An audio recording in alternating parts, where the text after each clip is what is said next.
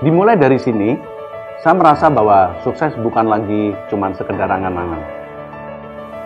Dimulai dari sini, saya mulai bertemu dan mempelajari ilmu ekonomi dan bisnis dari dosen-dosen yang profesional dan dosen-dosen yang benar-benar ahli di bidang ekonomi dan bisnis.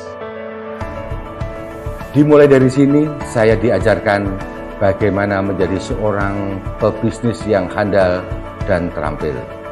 Dimulai dari sini, saya mulai mengerti bagaimana merencanakan sebuah plan agar dapat direalisasikan dengan baik. Selain itu, dimulai dari sini, saya mulai mengerti bagaimana kesulitannya untuk menjadi seorang owner perusahaan yang harus mempertahankan, mengembangkan daripada usaha ini. Apalagi di tengah-tengah persaingan yang berat, dan lagi saya juga merintis karir sebagai karyawan Bank Jateng. Jadi dalam situasi ini saya harus berusaha dua-duanya, karir yang sukses dan usaha yang sukses pula. Sukses bagi saya sih adalah apa yang kita inginkan, apa yang kita cita-citakan bisa tercapai. Tidak mudah sih memang kalau mengingat banyak hal yang telah saya lalui baik suka maupun duka. Kadang teringat sih masa-masa kuliah saat bagaimana saya berjuang hingga menjadi seperti sekarang ini. Peningkatan skill dan kompetensi diasah melalui pelatihan-pelatihan dan praktikum-praktikum di kampus yang sangat berguna sekali untuk perkembangan karier saya saat ini. Itu menjadi bekal yang sangat berharga untuk saya bisa menjadi sukses. Kegiatan kemahasiswaan memupuk percaya diri saya sehingga menjadi bekal saya dalam berkarya di dunia kerja. Pendidikan di sini sangat berkualitas, mulai dari dosen, fasilitas pembelajaran, tidak heran akreditasinya bagus. Sukses kami dimulai dari sini. Sukses kami dimulai dari sini. Sukses kami dimulai dari sini.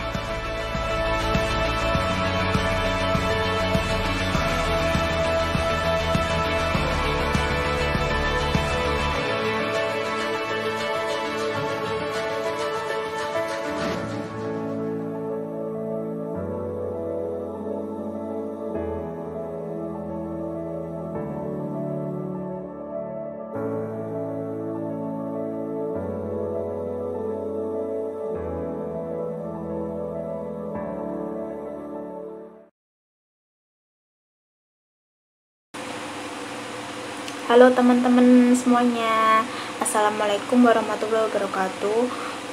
Kembali lagi bersama saya Ajeng Widyaningsih.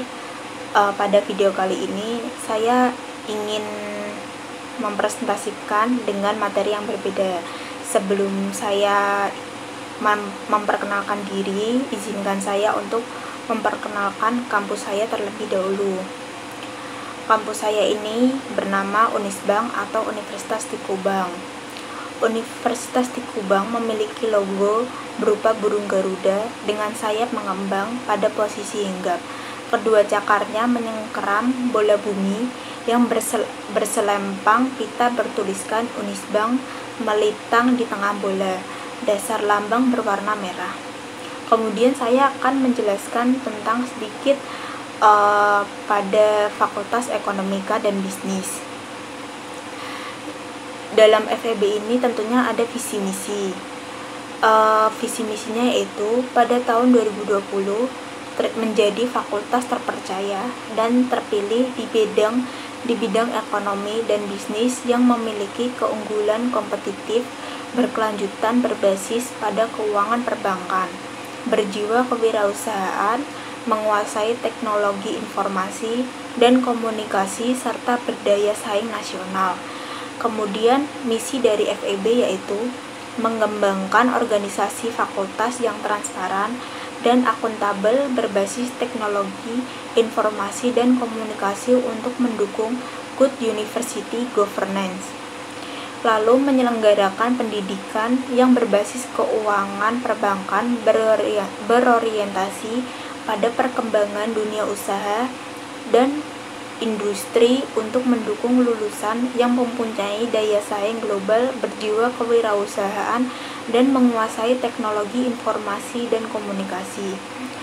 Menciptakan suasana akademik yang ramah dan bersahabat guna menghasilkan lulusan yang berbudi pekerti luhur, mau dan mampu bekerja sama, berjiwa kewirausahaan, rajin dan ulet, inovatif dan mampu bersaing secara lokal, regional, dan nasional.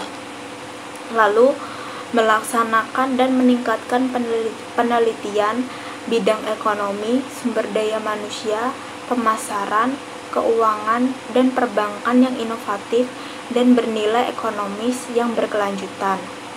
Melaksanakan dan meningkatkan pengabdian kepada masyarakat sesuai dengan perkembangan ilmu pengetahuan dan kebutuhan masyarakat. Menyelenggarakan pelatihan dan konsultasi sesuai dengan kompetensi fakultas dan kebutuhan masyarakat.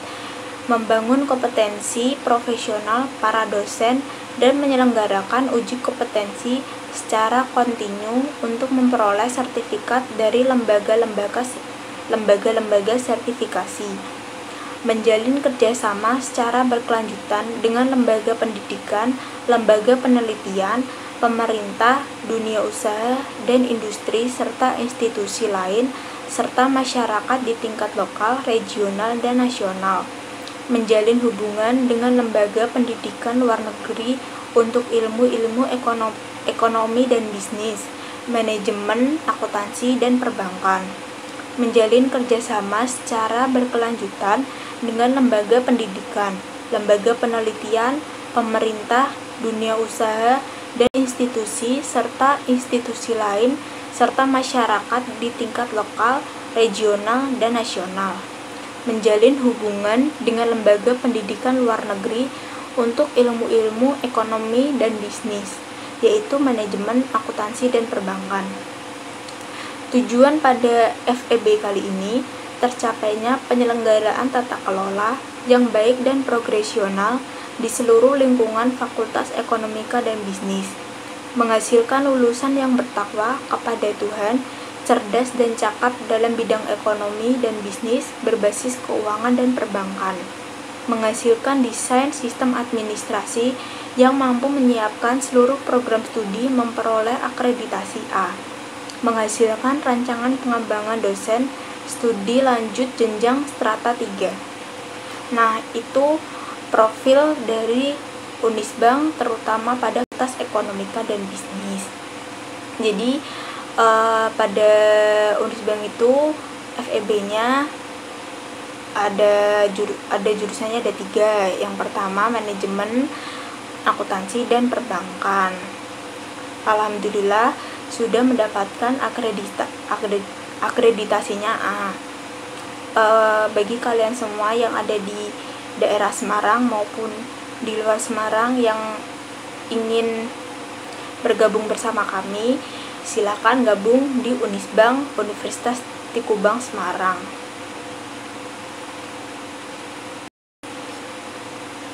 Selanjutnya saya akan memperkenalkan diri sebelum memulai presentasinya. Perkenalkan, nama saya Ajeng Widyaningsih, NIM 1805520187. Pada video kali ini tujuan saya yaitu untuk memenuhi tugas ujian akhir semester pada mata kuliah Audit Bank yang diampu oleh dosen Bapak Arif Himawan Dwi Nugroho. Semoga teman-teman semua bisa mendapatkan manfaat dari video kali ini ya, dan jangan lupa like dan subscribe-nya untuk saya agar bisa mendapatkan nilai yang maksimal. Terima kasih. Selamat menyaksikan presentasi saya.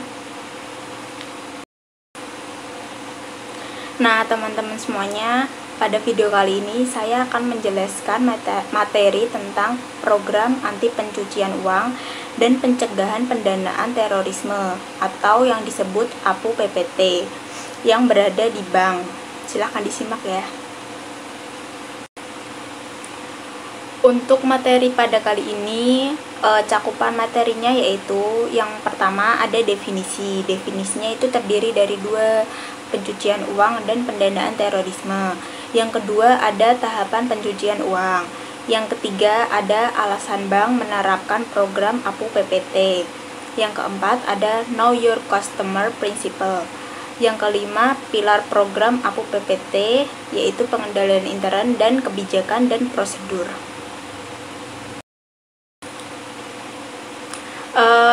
Kemudian ketentuan hukum di APU PPT ini yang pertama, Undang-Undang Nomor 8 Tahun 2010, 22 Oktober 2010 tentang pencegahan dan pemberantasan tindak pencucian uang. Yang kedua ada Undang-Undang Nomor 9 Tahun 2013 pada tanggal 13 Maret 2013 tentang pencegahan dan pemberantasan tindak pidana pendanaan terorisme. Yang ketiga ada POJK nomor 12 POJK 2 2017 tanggal 16 Maret 2017 tentang penerapan program anti pencucian uang dan pencegahan pendanaan terorisme di sektor jasa keuangan. Yang terakhir keempat ada POJK nomor 23 POJK 01 2019 tanggal 18 September 2017 tentang perubahan atas POJK nomor 2 tahun 2017 tentang penerapan program anti pencucian uang dan pencegahan pendanaan terorisme di sektor jasa keuangan. Lalu ada definisi pencucian uang. Pencucian uang adalah pencucian yang sebagaimana dimaksud dalam undang-undang yang mengatur mengenai pencegahan dan pemberantasan tindak pidana pencucian uang. Dalam undang-undang yang dimaksud itu yaitu adalah Undang-Undang Nomor 8 Tahun 2010 tentang pencegahan dan pemberantasan tindak pidana pencucian uang. Dari undang-undang tersebut, definisi dari pencucian uang yaitu segala perbuatan yang memenuhi unsur-unsur tindak pidana sesuai dengan ketentuan dalam undang-undang ini, serta suatu proses atau perbuatan bertujuan untuk menyembunyikan atau menyamarkan asal-usul uang atau harta kekayaan dari hasil tindak pidana, kemudian diubah seolah-olah berasal dari kegiatan yang sah atau legal. Lanjut, untuk definisi yang kedua ada pendanaan terorisme. Dalam pendanaan terorisme adalah pendanaan terorisme sebagaimana dimaksud dalam undang-undang yang mengatur mengenai pencegahan dan pemberantasan tindak pidana pendanaan terorisme.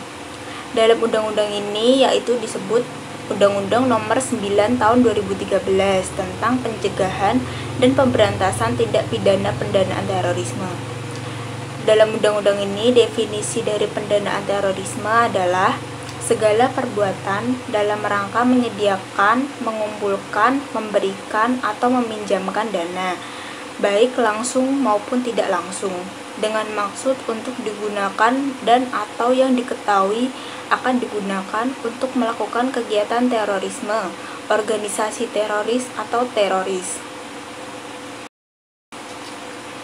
Lalu di sini ada tindak pidana pencucian uang. Yang pertama, setiap orang yang menempatkan, mentransfer, mengalihkan, membelanjakan, membayarkan, menghibahkan, menitipkan, membawa ke luar negeri, mengubah bentuk, menukarkan dengan mata uang atau surat berharga atau perbuatan lain atas harta kekayaan yang diketahuinya atau patut diduga merupakan hasil tindak pidana. Seseorang yang menyembunyikan atau menyamarkan asal-usul, sumber, lokasi, peruntukan, pengalihan hak atau kepemilikan yang sebenarnya atas harta kekayaan yang diketahui atau patut diduga merupakan hasil tindak pidana. Yang ketiga, seseorang yang menerima atau menguasai penempatan, pentransferan, pembayaran, hibah, sumbangan, penitipan, penukaran, atau menggunakan harta kekayaan yang diketahui patut dicurigai melakukan hasil tindak pidana. Lalu selanjutnya ada tahapan pencucian uang. Tahapan pencucian ini ada 3 tahapan. Yang pertama ada placement. Yang kedua, lalu layering. Yang ketiga, integration. Untuk pembahasan lebih lanjutnya ada di slide yang selanjutnya. Untuk placement yaitu upaya menempatkan dana yang dihasilkan suatu kegiatan tindak pidana ke sistem keuangan seperti penempatan dana pada bank, membiayai suatu usaha yang seolah-olah sah seperti pemberian kredit atau pembiayaan, atau mengubah kas menjadi kredit. Kemudian layering yaitu memisahkan hasil tindak pidana dari sumbernya, yaitu tindak pidananya melalui beberapa tahap transaksi keuangan untuk menyembunyikan atau menyamarkan asal-usul dana. Lalu untuk integration yaitu upaya menggunakan harta kekayaan yang telah tampak sah, baik untuk dinikmati langsung, diinvestasikan ke dalam berbagai bentuk kekayaan material maupun keuangan, dipergunakan untuk membiayai kegiatan bisnis yang sah ataupun untuk membiayai kembali kegiatan tindak pidana. Selanjutnya ada mengapa bank wajib menerapkan program APU PPT. Karena alasannya yang pertama kepatuhan terhadap ketentuan yang berlaku. Yang kedua, ada mencegah atau menurunkan risiko reputasi BPR dapat dijadikan tempat untuk melakukan pencucian uang dan pendanaan terorisme. Selanjutnya, kebijakan pelaksanaan APU PPT. Yang pertama, bank wajib mengidentifikasi, melihat, menilai, dan memahami risiko kredit, tindak pidana pencucian uang, dan atau tindak pidana pendanaan, terorisme terkait dengan nasabah, negara atau area geografis, produk, transaksi, dan jaringan distribusi.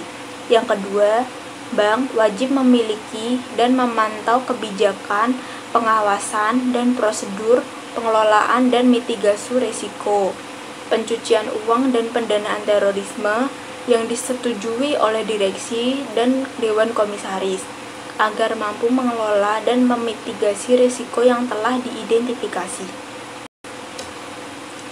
Lalu untuk yang ketiga, bank wajib memantau penerapan kebijakan, pengawasan dan prosedur dan meningkatkan penerapannya jika diperlukan. Yang keempat, bank wajib menetapkan tindakan yang lebih mendalam untuk mengelola dalam memitigasi risiko dalam hal risiko yang lebih tinggi teridentifikasi. Pada materi selanjutnya ada Know Your Customer Principle. Yang pertama adalah kelompok dan informasi nasabah. Bank wajib mengelompokkan nasabah sebagai berikut. Yang pertama, nasabah perorangan. Yang kedua, nasabah korporasi. Dan yang ketiga, nasabah lainnya. Sebelum melakukan transaksi usaha dengan calon nasabah, bank wajib meminta informasi untuk mengetahui profil dari calon nasabah. Yang ketiga, calon nasabah perorangan pastikan apakah termasuk orang yang populer secara politis atau PEP, termasuk anggota keluarga sampai derajat kedua, baik horizontal dan vertikal, dana pihak terkait atau perusahaan, hubungan dekat seperti supir, asisten pribadi, dan lain sebagainya. Yang keempat, dalam hal calon nasabah korporasi, maka mencakup pula siapa pemilik manfaat atau benefit owner. Kemudian yang kedua ada politically exposed person. Yang pertama, PEP asing dan domestik, yaitu orang yang diberi kewenangan untuk melakukan fungsi penting atau prominent function oleh negara, seperti kepala negara atau pemerintahan, politisi senior, pejabat pemerintah senior, pejabat militer, atau pejabat di bidang penegakan hukum, eksekutif senior pada perusahaan yang dimiliki oleh negara, pejabat penting dalam partai politik. Yang kedua, orang yang diberi kewenangan untuk melakukan fungsi penting atau prominent function oleh organisasi internasional, seperti senior manager yang meliputi antara lain direktur, deputi direktur, dan anggota dewan atau fungsi yang setara. Selanjutnya yang ketiga ada beneficial owner. Beneficial owner adalah setiap orang yang pertama berhak atas dan atau menerima manfaat tertentu yang berkaitan dengan rekening nasabah. Yang kedua, merupakan pemilik sebenarnya dari dana dan atau efek yang ditempatkan.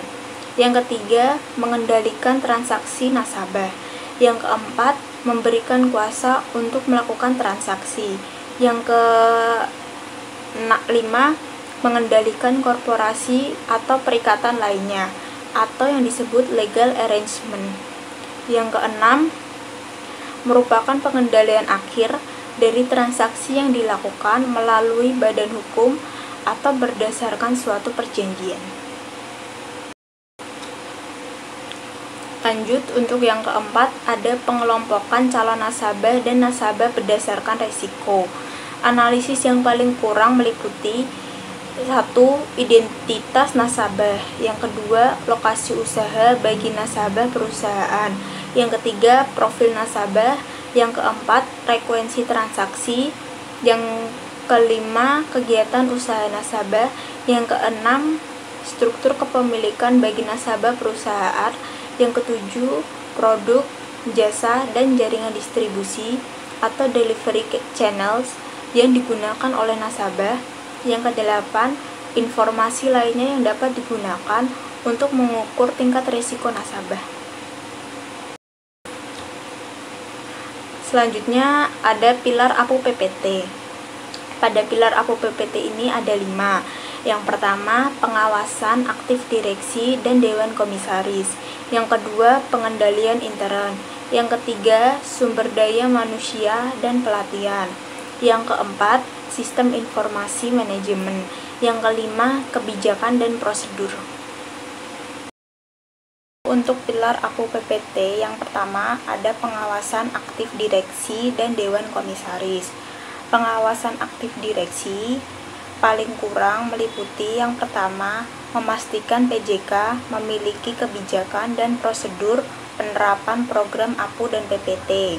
Yang kedua, mengusulkan kebijakan dan prosedur tertulis yang bersifat strategis mengenai penerapan program APO dan PPT kepada Dewan Komisaris. Yang ketiga, memastikan penerapan program APO dan PPT dilaksanakan sesuai dengan kebijakan dan prosedur tertulis yang telah ditetapkan. Yang keempat, membentuk unit kerja khusus dan atau menunjuk pejabat yang bertanggung jawab terhadap penerapan program APO dan PPT. Yang kelima, melakukan pengawasan atas kepatuhan unit kerja dalam menerapkan program APO dan PPT. Yang keenam, memastikan bahwa kebijakan dan prosedur tertulis mengenai penerapan program APO dan PPT sejalan dengan perubahan dan pengembangan produk, jasa, dan teknologi di sektor jasa keuangan, serta sesuai dengan perkembangan modus pencucian uang dan atau pendanaan terorisme. Kemudian yang ketujuh, memastikan bahwa seluruh pegawai, khususnya pegawai dari satuan kerja terkait dan pegawai baru, telah mengikuti pelatihan yang berkaitan dengan penerapan program APO dan PPT secara berkala. Selanjutnya, pengawasan aktif Dewan Komisaris. Pengawasan aktif Dewan Komisaris ini paling kurang meliputi 1. Memberikan persetujuan atas kebijakan dan prosedur penerapan program APO dan PPT yang diusulkan oleh direksi. Yang kedua, melakukan pengawasan atas pelaksanaan tanggung jawab direksi terhadap penerapan program APO dan PPT. Yang terakhir, memastikan adanya pembahasan terkait pencucian uang dan atau pendanaan terorisme dalam rapat direksi dan dewan komisaris. Untuk pengendalian internnya, yang pertama, PJK wajib memiliki sistem pengendalian intern yang efektif. Yang kedua, pelaksanaan sistem pengendalian intern yang efektif antara lain dibuktikan dengan yang pertama, dimilikinya kebijakan, prosedur, dan pemantauan internal yang memadai. Yang kedua, adanya batasan wewenang dan tanggung jawab satuan kerja terkait dengan penerapan program APU dan PPT. Yang ketiga, dilakukannya pemeriksaan secara independen untuk memastikan efektivitas penerapan program APU dan PPT. Lanjut, untuk pilar APU PPT yang ketiga ada sumber daya manusia dan pelatihan. Untuk mencegah digunakannya PJK sebagai media atau tujuan pencucian uang dan atau pendanaan terorisme yang melibatkan pihak intern PJK. PJK wajib melakukan yang pertama, prosedur penyaringan dalam rangka penerimaan karyawan baru atau pre-employee screening. Yang kedua, pengenalan dan pemantauan terhadap profil karyawan. Kemudian PJK wajib menyelenggarakan pelatihan yang berkesinambungan tentang 1. Penerapan ketentuan peraturan perundang-undangan yang terkait dengan program APU dan PPT. Yang kedua, teknik, metode, dan tipologi pencucian uang dan atau pendanaan terorisme. Yang ketiga, kebijakan dan prosedur penerapan program APU dan PPT, serta peran dan tanggung jawab pegawai dalam mencegah dan memberantas pencucian uang dan atau pendanaan terorisme. Selanjutnya yang keempat ada sistem informasi manajemen. Yang pertama, PJK wajib memiliki sistem informasi yang dapat mengidentifikasi, menganalisa, memantau, dan menyediakan laporan secara efektif mengenai karakteristik transaksi yang dilakukan oleh nasabah. Yang kedua, PJK wajib memiliki dan memelihara profil nasabah secara terpadu atau Single Customer Identification File, paling kurang meliputi informasi sebagaimana dimaksud dalam pasal 20 dan pasal 24 ayat 1. Pada pasal 20 ini berisi tentang identifikasi calon nasabah. Untuk mengetahui profil calon nasabah dilakukan melalui permintaan data dan informasi yang paling kurang meliputi yang pertama, bagi calon nasabah orang perseorangan, itu berisi tentang identitas yang memuat nama lengkap termasuk nama alias. Kedua, nomor dokumen identitas, lalu alamat tempat tinggal sesuai dokumen identitas dan alamat tempat tinggal lain, lalu tempat dan tanggal lahir, kewarganegaraan, pekerjaan, alamat dan nomor telepon tempat kerja, jenis kelamin, status perkawinan. Kemudian yang kedua, identitas pemilik manfaat atau beneficial owner. Ketiga, ada sumber daya. Yang keempat, penghasilan rata-rata per tahun. Yang kelima, maksud dan tujuan hubungan usaha atau transaksi yang akan dilakukan calon nasabah. Kemudian bagi calon nasabah korporasi, yang pertama berisi nama, nomor izin dari instansi berwenang, bidang usaha atau kegiatan, alamat kedudukan, tempat dan tanggal pendirian, bentuk badan hukum atau badan usaha, identitas pemilik manfaat atau beneficial owner apabila calon nasabah memiliki pemilik manfaat, lalu sumber dana, dan yang terakhir maksud dan tujuan hubungan usaha atau transaksi yang akan dilakukan calon nasabah. Kemudian bagi calon nasabah, perikatan lainnya atau legal arrangement berisi nama, nomor izin dari instansi berwenang, alamat kedudukan, bentuk perikatan, identitas pemilik manfaat apabila calon nasabah memiliki pemilik manfaat, sumber dana, dan maksud dan tujuan hubungan usaha atau transaksi yang akan dilakukan calon nasabah. Kemudian isi dari pasal 24 ayat yang pertama yaitu untuk calon nasabah berupa lembaga negara, instansi pemerintah, lembaga internasional, dan perwakilan negara asing. PJK wajib meminta informasi mengenai nama dan alamat kedudukan lembaga, instansi, atau perwakilan tersebut. Lalu yang sistem informasi manajemen yang ketiga, PJK wajib memiliki dan memelihara profil WIC sebagaimana dimaksud dalam pasal 20 ayat 2 huruf A.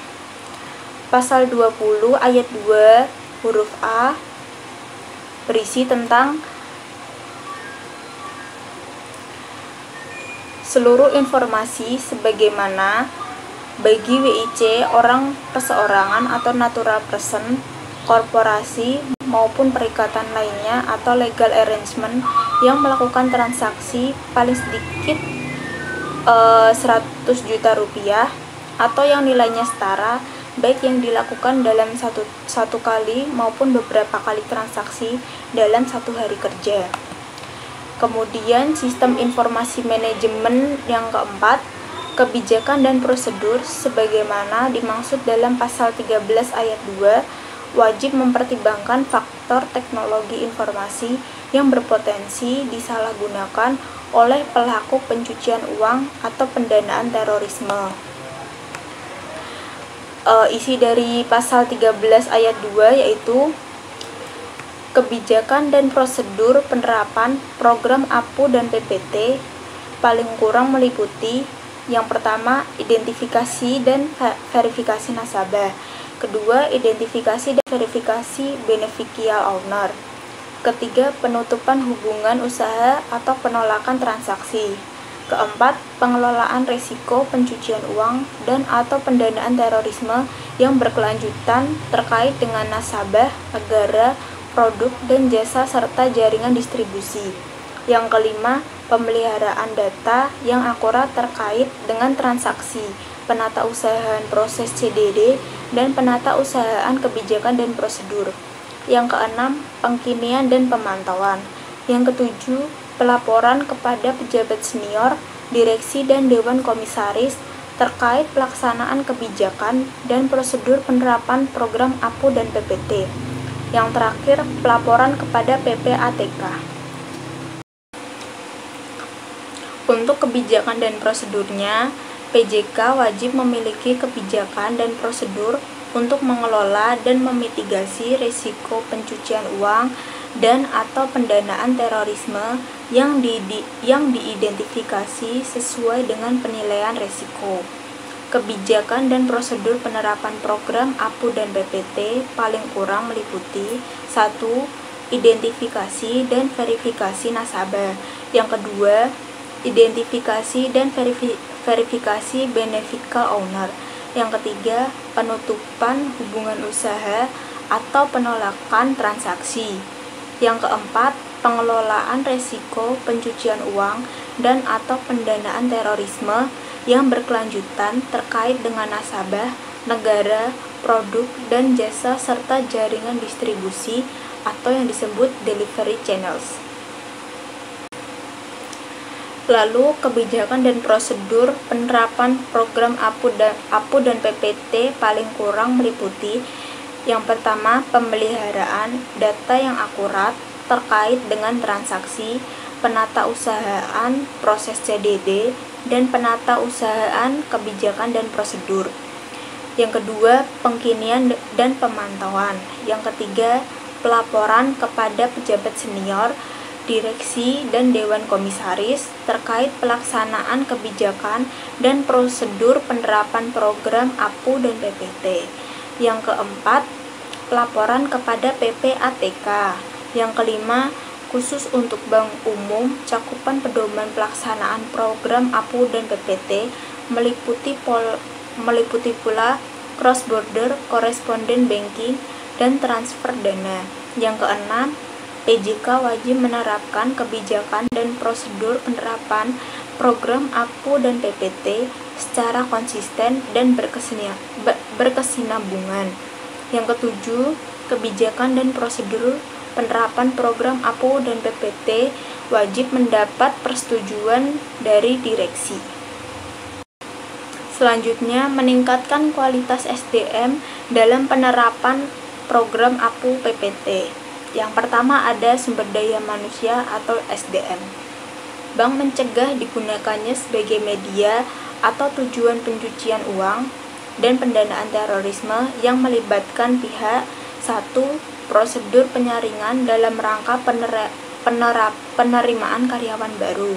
Yang kedua, bank mengenal karyawannya dengan menerapkan KYE sesuai kebutuhan, kompleksitas kegiatan, profil resiko. Yang ketiga, metode screening paling tidak memastikan profil karyawan tidak memiliki catatan kejahatan. Yang keempat, pemantauan terhadap profil karyawan.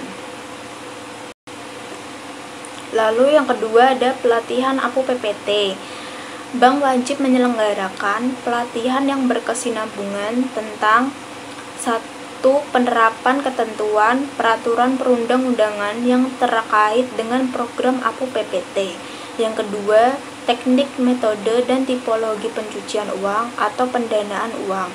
Yang ketiga, kebijakan dan prosedur penerapan program APU dan PPT serta peran dan tanggung jawab pengawasan dalam mencegah dan pemberantas pencucian uang atau pendanaan terorisme. Seluruh karyawan harus memiliki dan memahami pengetahuan mengenai kebijakan, prosedur, dan pelaksanaan program APU PPT. Kemudian prioritasnya yang pertama, berharap langsung dengan nasabah. Yang kedua, pelaksanaan tugas pengawas program APU PPT. Yang ketiga, pelaksanaan tugas pelaporan PPATK dan OJK. Kemudian, karyawan yang mendapatkan prioritas harus mendapatkan pelatihan secara berskala, sedangkan karyawan lainnya paling kurang 1 kali dalam masa kerjanya. Lalu karyawan yang berhadapan langsung dengan nasabah atau frontliner sebelumnya harus mendapatkan pelantikan sebelum penempatan. Selanjutnya ada customer due diligence atau yang disebut CDD. Uji tuntas nasabah atau CDD adalah kegiatan berupa identifikasi, verifikasi, dan pemantauan yang dilakukan oleh PJK untuk memastikan transaksi sesuai dengan profil, karakteristik, dan atau pola transaksi calon nasabah atau WIC. Kemudian CDD ini ada 3. Yang pertama cuman CDD atau customer due diligence. Yang kedua ada CDD sederhana, yaitu calon nasabah atau transaksi yang tingkat risiko rendah dan memenuhi kriteria. Yang ketiga ada CDD pihak ketiga, yaitu hasil CDD yang telah dilakukan oleh pihak ketiga terhadap calon nasabah yang telah menjadi nasabah pada pihak ketiga. Kapan dimulai CDD? Dimulainya yaitu yang pertama, melakukan hubungan usaha dengan calon nasabah. Yang kedua, terdapat transaksi keuangan dengan mata uang rupiah dan mata uang asing yang nilainya paling sedikit 100 juta rupiah. Yang ketiga, terdapat transaksi transfer dana sebagaimana dimaksud dalam peraturan OJK. Yang keempat, meragukan kebenaran informasi yang diberikan oleh calon nasabah, penerimaan kuasa, dan pemilik manfaat. Yang kelima, terdapat indikasi transaksi keuangan mencurigakan yang terkait dengan pencucian uang dan pendanaan terorisme. Lalu bagaimana metode verifikasi? Metodenya yang pertama ada wawancara dengan calon nasabah. Yang kedua, adanya hasil keraguan meminta kepada calon nasabah untuk memberikan lebih dari satu dokumen identitas yang dikeluarkan oleh pihak yang berwenang. Yang ketiga, menyelesaikan proses verifikasi identitas calon nasabah dan pemilik manfaat atau beneficial owner. Nah, sebelum saya menutup video dan presentasi pada kali ini, izinkan saya untuk memberikan sepatah motivasi atau quotes untuk kalian yang menonton video saya. Teruslah berlari mencapai mimpi-mimpimu sampai suara cemoohan itu berubah menjadi suara tepuk tangan. Jadi untuk kalian semua yang sekiranya banyak dicemooh oleh orang lain karena pendidikan ataupun hal lainnya, kalian buktikan agar bisa merubah pandangan orang lain terhadap kita. Semangat!